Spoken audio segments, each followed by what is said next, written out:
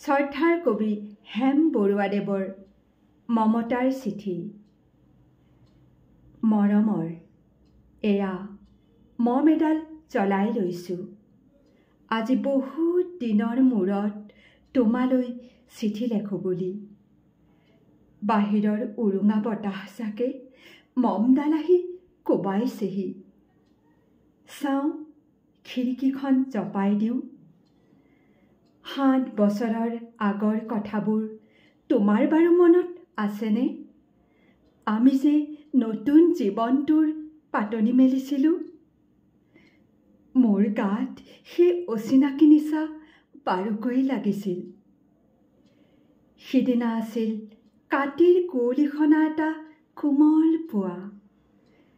পদূলিত তলসৰা শেৱালিবোৰ উপচি আছিল। আৰু সন্ধিয়া মই তোমালোকৰ ঘৰলৈ নকৈ আহিবৰ দিনা আকাশৰ মেঘৰ মোহনাত হালধীয়া জোনটো নাওখন হৈ আমাক যে ৰিঙিয়াই মাতিছিল তৰাৰ দেশলৈ।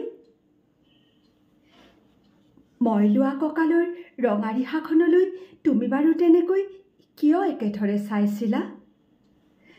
মোৰ কেনে লাগিছিল জানা? তুমি যেন কোনোবা দূৰ বিদেশৰ স্বপ্নাতুৰ আলোকৰ মানুহ, আৰু মই যেন তল সৰা এপাহ শেৱালি। সেইদিনা মন সাগৰত মোৰ এৰি অহা আৰু আহি পোৱা অলেখ ঢৌৰ কঁপনি জাগিছিল। এইবোৰ কথা তোমাৰ জানো মনত নাই? আমাৰ দেউতাই যে চিঠিত লিখিছিল, আই, তই নতুন ঘৰত হাঁহি মাতি থাকিবি। এইবোৰ 7 বছৰৰ আগৰ কথা। মোৰ যে সকলোবোৰ পুৰাণৰ সাধু যেন লাগে। জেঠমহীয়া দেউতাৰ বছেৰেকীয়া হৈ গ'ল। তোমাৰ বাবুল এতিয়া বৰটো হৈছে। তাৰ ওপৰ পাৰিত এধানমানি ডালিম গুটি যেন দাঁত অকণি গজিছে। সি মোক একেবাৰে এৰি নিদিয়ে।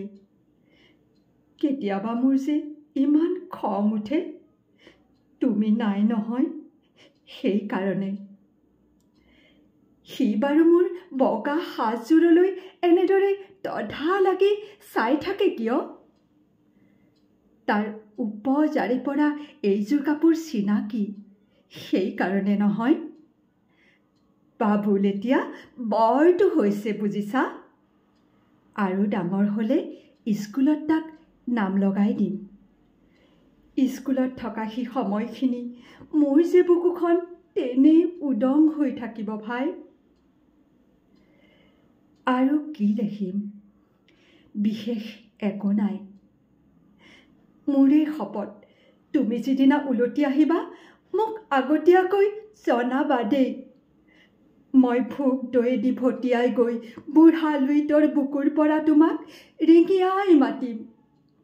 তুমি যিদিনা উলটি আহিবা মোক আগতীয়াকৈ জনাবলৈ নাপাহৰিবা দেই। মৰম ল'বা।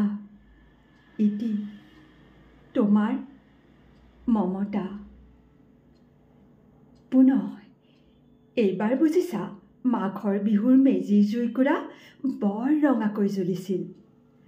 আমাৰ আইতাৰ কলি ছাগলীজনীৰ 2টা পোৱালি জগিছে। এটা সোঁত বগা আৰু আনটো পখৰা। ধন্যবাদ।